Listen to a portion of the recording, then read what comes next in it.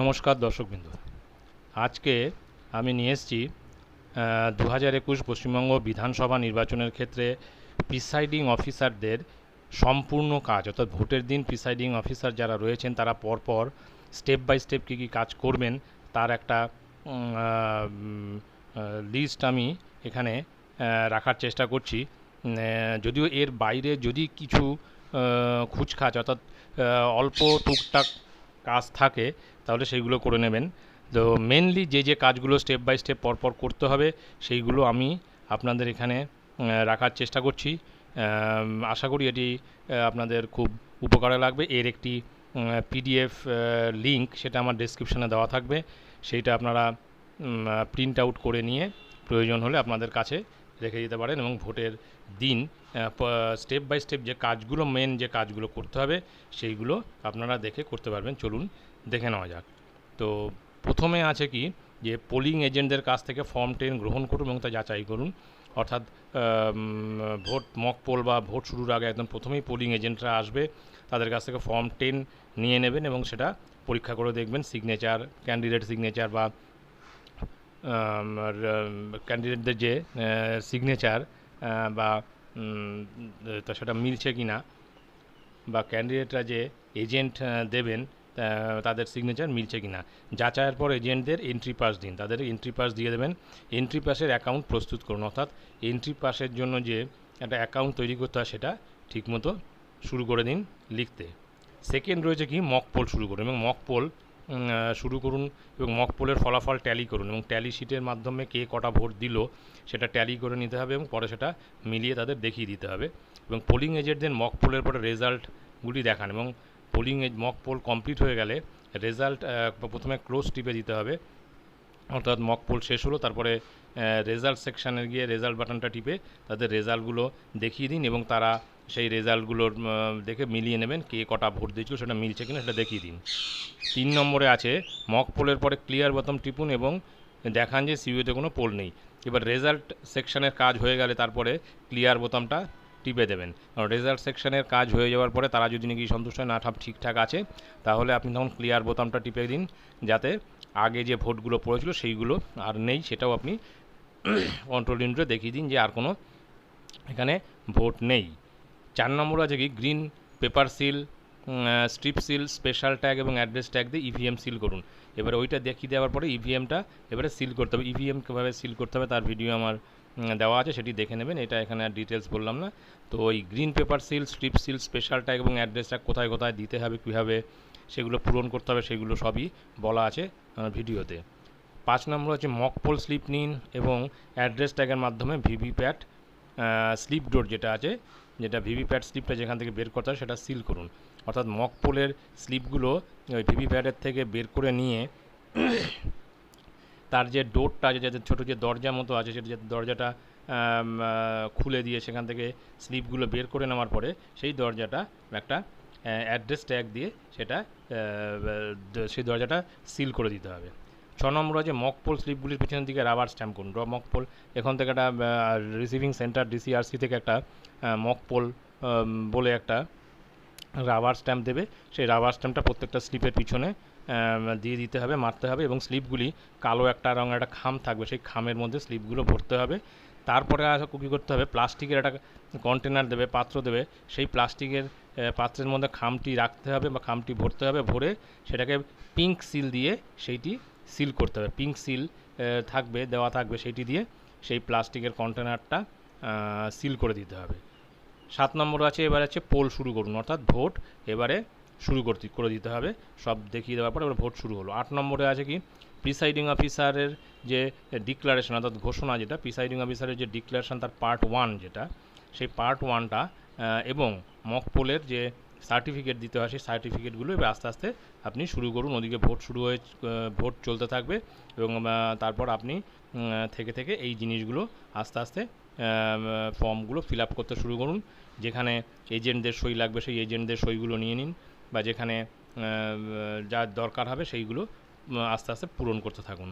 9 নম্বর আছে যদি কোনো বিশেষ কেস দেখা দেয়, কেস মানে হচ্ছে টেন্ডার ভোট, চ্যালেঞ্জ ভোট বা কম্প্যানিয়ান ভোট বা প্রক্সি ভোট এইগুলো যদি থাকে বা অন্যান্য কোনো টুকটাক সমস্যা থাকে সেইগুলো আস্তে আস্তে সমাধান করার চেষ্টা করতে হবে। সেইগুলো খুব একটা হয় না, তবুও সেইগুলো সমাধান করার চেষ্টা করতে হবে। তবে কম্প্যানিয়ন ভোটটা হবে, কম্প্যানিয়ন ভোটটা যখন আসবে সেই সময় কম্প্যানিয়ন ভোট অর্থাৎ ইনফার্ম ভোটারদের ক্ষেত্রে যে সমস্ত যে কাজ করতে হবে সেটা আমার ভিডিওতে দেওয়া আছে, সেটা আপনারা দেখে নিতে পারবেন। 10 নম্বর আছে নির্বাচন প্রক্রিয়া অনুযায়ী সমস্ত ফর্ম পূরণ করুন। এবার নির্বাচন ওদিকে চলছে বা ওদিকে পোল হচ্ছে পরপর এবং মাঝখানে আপনি আপনার ফর্ম যেগুলো পূরণ করার দরকার সেগুলো পূরণ করে সব ঠিকঠাক করে রাখুন। 11 নম্বর সন্ধ্যা 6টার পরে লাইনে দাঁড়িয়ে থাকা ভোটারদের জন্য কিউ স্লিপ প্রস্তুত করুন। এবারে এই ফাঁকে আপনি কিছু কিউ স্লিপ যেগুলো দেওয়া থাকবে সেই কিছু কিউ স্লিপ আপনি লিখে রাখতে পারেন। যদি 6টার বা 6:30টার পরে, এখন তো 6:30 পর্যন্ত ভোট নির্বাচন কমিশন থেকে বলে দিয়েছে, তো 6:30টার পরে যদি কোনো ভোটার কিউ লাইনে দাঁড়ায় সেই কিউ স্লিপ দিতে হবে, সেই কিউ স্লিপের কিছু প্রস্তুত করে রাখুন, সব না, ওই গোটা 15-20 কিউ স্লিপ এখানে আপনি লিখে রাখতে পারেন। 12 নম্বর যে ভোট সমাপ্তির পরে কী করতে হবে, ভোট শেষ হয়ে গেলে তারপর প্রিসাইডিং অফিসার কী করবেন, এইগুলো মোটামুটি ভোট চলাকালীন হলো। এবারে ভোট যখন শেষ হয়ে গেল তখন কী করবেন, প্রথম হচ্ছে সবুজ রঙের যে বিশেষ পুস্তিকা ফর্ম অর্থাৎ স্পেশাল বুকলেট যেটা আছে সেইটা ভালো করে দেখে নিন সব কিছু ফিল আপ করা হয়েছে কিনা বা কোনো জায়গায় কোনো কিছু বাকি রয়ে গেছে কিনা। 2 নম্বর হচ্ছে ফর্ম 17C, ফর্ম 17C যেটা সেটা পূরণ করে সেটা এক কপি করে এজেন্টদের দিতে হবে, সেই কাজকর্মগুলো একটু সেরে নিন। 3 নম্বর যে প্রিসাইডিং অফিসারের ঘোষণা পার্ট 4, অর্থাৎ ভোট যখন শেষ হয়ে যাবে তখন প্রিসাইডিং অফিসার যিনি আছেন তিনি তার ডিক্লারেশানের 4 নম্বর যেটা আছে এন্ড অফ মানে ইভিএম সিলিং বা আবার তার আগে রয়েছে যেটা 3 নম্বর যে ভোট শেষ হওয়া, সেই সমস্ত ডিক্লারেশানগুলো দেখে নিন, সেই ডিক্লারেশানটা আপনি পূরণ করে রাখুন। তারপরে প্রিসাইডিং অফিসারের ডায়েরি যেটা আছে, প্রিসাইডিং অফিসারের ডায়েরিটা সেটা সব কিছু ঠিকঠাক পূরণ করেছেন কিনা দেখে নিন। PS05, এই PS05 voters turn out report এটাও ঠিকঠাক পূরণ করা হয়েছে কিনা সেটা দেখে নিন। এই সমস্ত যে ফর্মগুলোর কথা বলা হচ্ছে এই ক্ষেত্রে টোটাল কত পোল হলো, কত মেল ফিমেল, এইগুলো সমস্ত লিখতে হয়, সেই জন্য সেটা ভোট শেষ না হলে আপনি এগুলো পূরণ করতে পারবেন না, সেইগুলো আস্তে আস্তে পূরণ করে নিন। 16 দফা আমাদের 16 দফা যে রিপোর্ট আছে সেই রিপোর্টেও এগুলো দিতে হবে, সেগুলো পূরণ করার চেষ্টা করুন এবং অন্যান্য আর কোনো যদি ফর্ম থাকে সেগুলো পূরণ করতে থাকুন। আচ্ছা, 13 নম্বর যে 17A অর্থাৎ 17A যে রেজিস্টারটা আছে এবং 14A আলাদাভাবে সিল করুন এবং সেটা সঙ্গে রেখে দিন, 17A রেজিস্টার যেটা ভোটার রেজিস্টার। আচ্ছা, 14 নম্বর যে আরসিতে জমা দেওয়ার জন্য ফর্মগুলি প্রস্তুত করুন, বিশেষভাবে ফর্ম M21 এই যে নতুন এটা এবারের জন্য লাগছে, এই ফর্ম M21 সেখানটায় হচ্ছে রিসিভিং সেন্টারে এর একটা লিস্ট মতো থাকবে, সেই লিস্ট দেখে কী করেছেন না করেছেন এই ফর্মের মধ্যে এটা পূরণ করতে হয়, সেটা আপনি পূরণ করে হাতে রাখুন।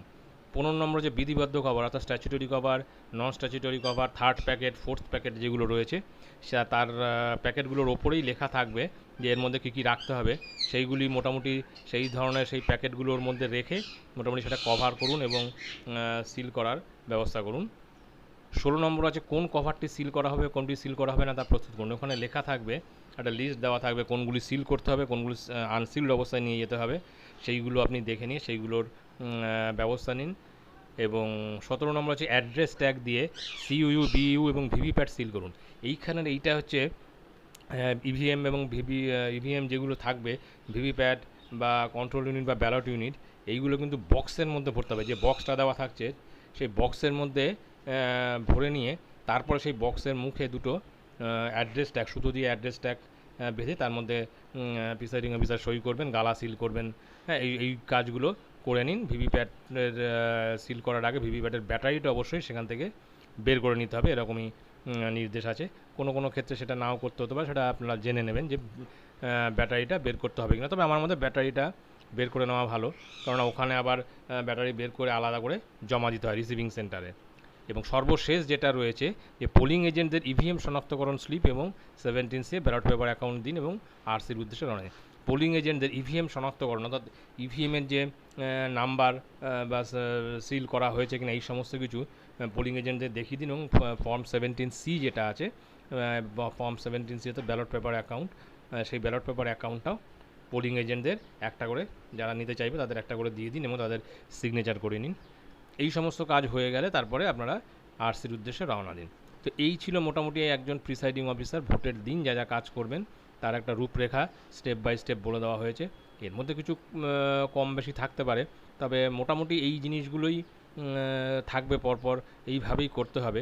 এবং এই সম্পূর্ণ যেখানে যে লিস্টটা করা আছে তার একটা পিডিএফ লিঙ্ক আমি আমার ডেসক্রিপশানে দিয়ে দেবো, সেখান থেকে আপনারা প্রয়োজনে এটা ডাউনলোড করে নিয়ে আপনাদের কাছে এক কপি রেখে দিতে পারেন।